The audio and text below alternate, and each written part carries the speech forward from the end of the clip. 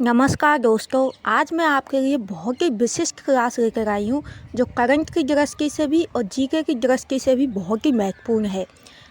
अब देखिए आपका फर्स्ट क्वेश्चन, भारत के नए संसद भवन का उद्घाटन कब किया गया?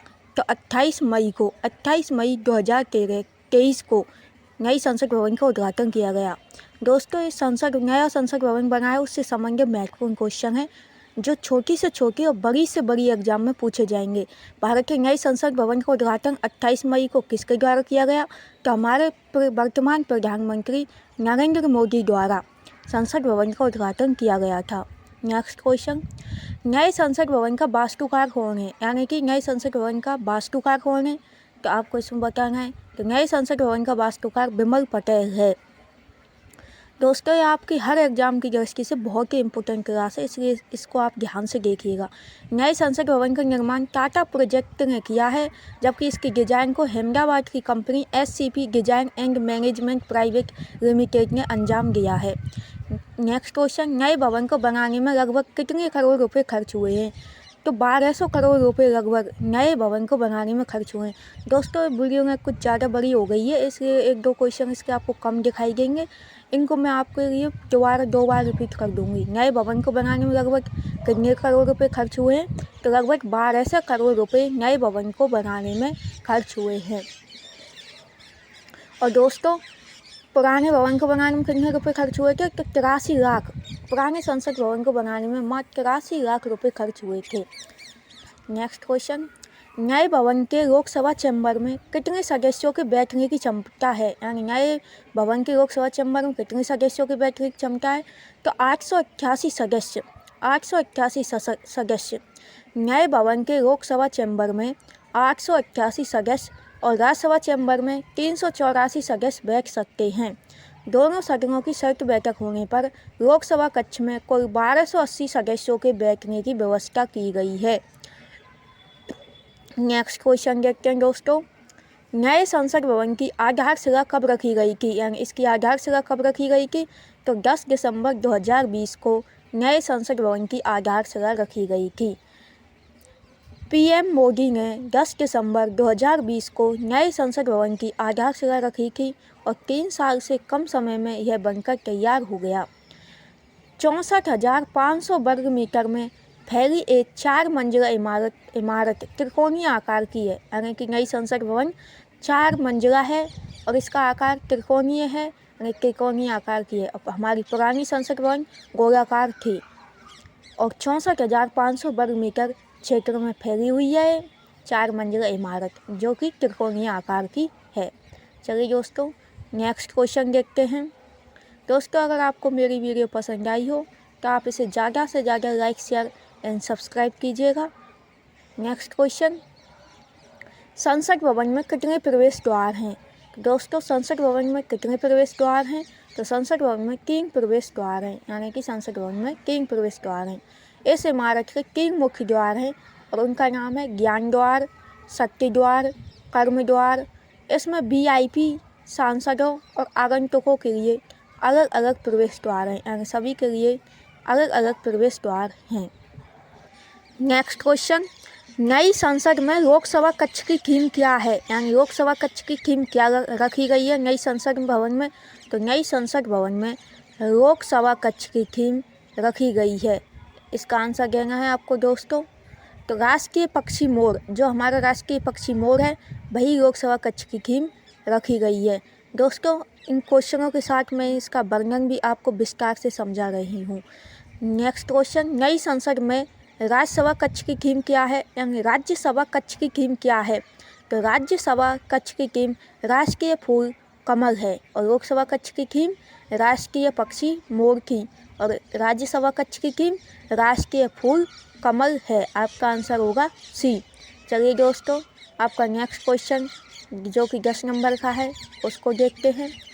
संसद भवन के उद्घाटन के उपलक्ष्य में कितने रुपए का एक विशेष सिक्का जारी किया गया है? यानी संसद भवन के उद्घाटन के उपलक्ष्य में एक सिक्का भी जारी किया गया था दोस्तों, और वह कितने रुपए का सिक्का है? तो वो 75 रुपये का सिक्का है। संसद भवन के उद्घाटन में 75 रुपये का सिक्का जारी किया गया है। प्रधानमंत्री नरेंद्र मोदी ने रविवार 28 मई को नए संसद भवन का उद्घाटन किया। इस अवसर पर 75 रुपये का सिक्का और एक विशेष स्मारक डाक टिकट भी जारी किया है। यानी सिक्के के साथ साथ विशेष स्मारक डाक टिकट भी जारी किया है। नेक्स्ट क्वेश्चन, नई संसद में ऐतिहासिक राजदंड सेंगोल को लोकसभा अध्यक्ष के आसन के समीप स्थापित किया गया है। सेंगोल किसका प्रतीक होता है? तो आपका आंसर होगा ए, सत्ता हस्तांतरण का। सेंगोल सत्ता हस्तांतरण का प्रतीक होता है। ब्रिटिश शासन से सत्ता हस्तांतरण के प्रतीक ऐतिहासिक सेंगोल को नए संसद भवन में स्थापित किया गया है। देश के पहले प्रधानमंत्री जवाहरलाल नेहरू ने अंग्रेजों से सत्ता हस्तांतरण के प्रतीक के तौर पर सेंगोल को लिया था, जो लंबे समय से प्रयागराज के एक संग्रहालय में रखा हुआ था। सेंगोल एक ऐसा राजदंड है जिसे सत्ता पर अधिकार के प्रतीक के रूप में पहचाना जाता है। देश के पहले प्रधानमंत्री जवाहरलाल नेहरू ने अंग्रेजों से सत्ता हस्तांतरण के प्रतीक के तौर पर सेंगोल को लिया था। और सेंगोल पर किसकी मूर्ति है? तो सेंगोल पर नंदी की मूर्ति विराजमान है। सेंगोल एक राजा से दूसरे राजा को हस्तांतरित किया जाता था।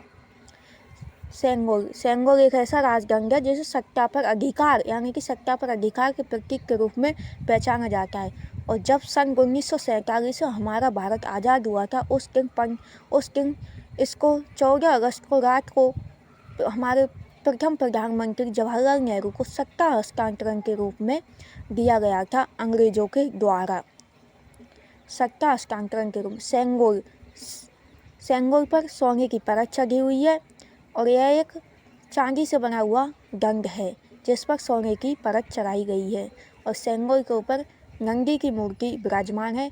सेंगोल न्याय का प्रतीक है और सेंगोल न्याय और सत्ता पर अधिकार के प्रतीक के रूप में पहचाना जाता है। इसे लोकसभा संसद भवन में लोकसभा के सभापति के पास स्थापित किया जाएगा। नेक्स्ट क्वेश्चन, मौजूदा संसद भवन का निर्माण कब शुरू हुआ था? तो मौजूदा संसद भवन यानी जो हमारी पुरानी संसद भवन है जिसका आकार गोलाकार है, उसका निर्माण 1921 में शुरू हुआ था। आपका आंसर होगा बी, 1921, जिसमें 83 लाख रुपए खर्च हुए थे। मौजूदा संसद भवन का निर्माण 1921 में शुरू हुआ और 1927 में बनकर तैयार हुआ, जो लगभग 100 साल पुराना है। 2026 के बाद परिसीमन की स्थिति में लोकसभा सीटों की संख्या बढ़ सकती है, क्योंकि सीटों की संख्या बढ़ाने पर लगी पाबंदी पर वर्ष 2026 में समाप्त हो जाएगी। इसलिए लोकसभा सीटों की संख्या बढ़ने की संभावना 2026 तक है। इसलिए सीटों की ज़रूरत है।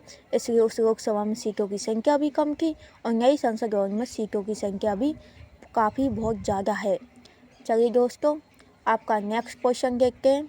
दोस्तों, ये पुरानी संसद का वर्णन है और नई संसद के बारे में आपको बता ही रही हूँ। तो आपको दोनों संसदों के बारे में विशेष रूप से ध्यान रखना है। ये आपकी करंट में भी पूछे जा सकते हैं और आपकी जीके में भी पूछे जा सकते हैं। और आपकी प्रत्येक छोटी से छोटी एग्ज़ाम और बड़ी से बड़ी एग्ज़ाम, सभी एग्ज़ामों के लिए बहुत ही इम्पोर्टेंट क्लास है, क्योंकि संसद सभी के लिए बहुत ही महत्वपूर्ण है और संसद से संबंधित क्वेश्चन हर एग्ज़ाम में पूछे ही जाते हैं। तो दोस्तों, आप इस वीडियो को लाइक, शेयर एंड सब्सक्राइब कीजिएगा। चलिए दोस्तों, नेक्स्ट क्वेश्चन देखते हैं। भारतीय संसद के कितने सदन हैं? यानी भारतीय संसद के कितने सदन हैं? तो भारतीय संसद के 2 सदन हैं। भारतीय संसद के कितने सदन हैं? 2 सदन हैं। संसद का लोकप्रिय सदन कौन सा है? तो आपको बताना है दोस्तों, संसद का लोकप्रिय सदन कौन सा है? तो संसद का लोकप्रिय सदन लोकसभा है। 2 सदन होते हैं, लोकसभा व राज्यसभा। और लोकप्रिय सदन लोकसभा संसद का लोकप्रिय सदन होता है।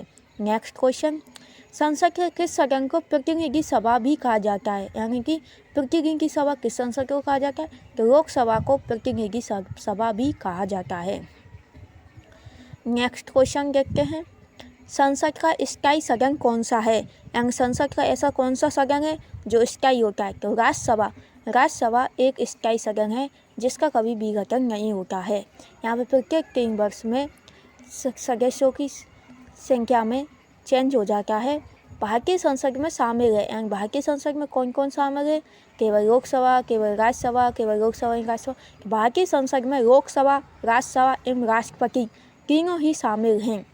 नेक्स्ट क्वेश्चन, भारतीय संविधान के किस अनुच्छेद में कहा गया है कि संघ के लिए एक संसद होगी जो राष्ट्रपति और 2 सदनों से मिलकर बनेगी? एक कौन से अनुच्छेद में कहा गया है? तो अनुच्छेद 79 यानी अनुच्छेद 79 में कहा गया है। नेक्स्ट क्वेश्चन, भारतीय संसद के कितने अंग हैं? तो भारतीय संसद के कितने अंग हैं? तो भारतीय संसद के 3 अंग हैं। कितने अंग हैं? भारतीय संसद के 3 अंग हैं। नेक्स्ट क्वेश्चन, संसद का निम्न सदन एवं उच्च सदन किनमें से? यानी निम्न सदन और उच्च सदन कौन सा है? तो लोकसभा निम्न सदन है और राज्यसभा उच्च सदन है। संसद का निम्न सदन लोकसभा है और संसद का उच्च सदन राज्यसभा है।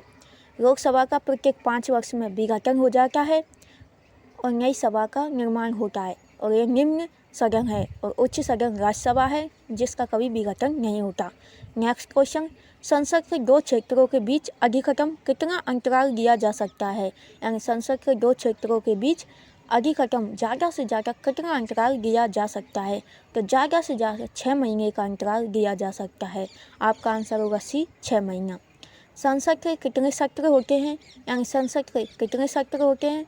तो संसद के बजट सत्र, मानसून सत्र और शीतकालीन सत्र। उपयुक्त सभी, आपका आंसर होगा उपयुक्त सभी। संसद के 3 सत्र होते हैं, बजट सत्र, मानसून सत्र और शीतकालीन सत्र। नेक्स्ट क्वेश्चन दोस्तों, लोकसभा व राज्यसभा की संयुक्त बैठक कब होती है? तो लोकसभा व राज्यसभा की संयुक्त बैठक लोकसभा एवं राज्यसभा में मतभेद होने पर होती है। यानी जब दोनों सभा में मतभेद हो जाता है तब इनकी बैठक होती है। नेक्स्ट क्वेश्चन, स्वतंत्र भारत के संसदीय इतिहास में अभी तक कितनी बार संयुक्त बैठक बुलाई गई है? तो 3 बार संसदीय इतिहास में अभी तक संयुक्त बैठक बुलाई जा चुकी है, 3 बार। संसद के दोनों सदनों के संयुक्त अधिवेशन की अध्यक्षता कौन करता है? यानी संसद के दोनों सदनों के संयुक्त अधिवेशन की अध्यक्षता कौन करता है? तो लोकसभा अध्यक्ष संसद के दोनों सदनों की अध्यक्षता करता है। भारत की संचित निधि से धन निर्गम पर किसका नियंत्रण है? यानी भारत की संचित निधि से धन निर्गम पर किसका नियंत्रण है? संसद का। तो आपका आंसर होगा डी, संसद का नियंत्रण है। चलिए दोस्तों, आपका नेक्स्ट क्वेश्चन जो आपको कमेंट में इसका आंसर देना है, तो आप इसका आंसर कमेंट में दे दीजिएगा। धन्यवाद।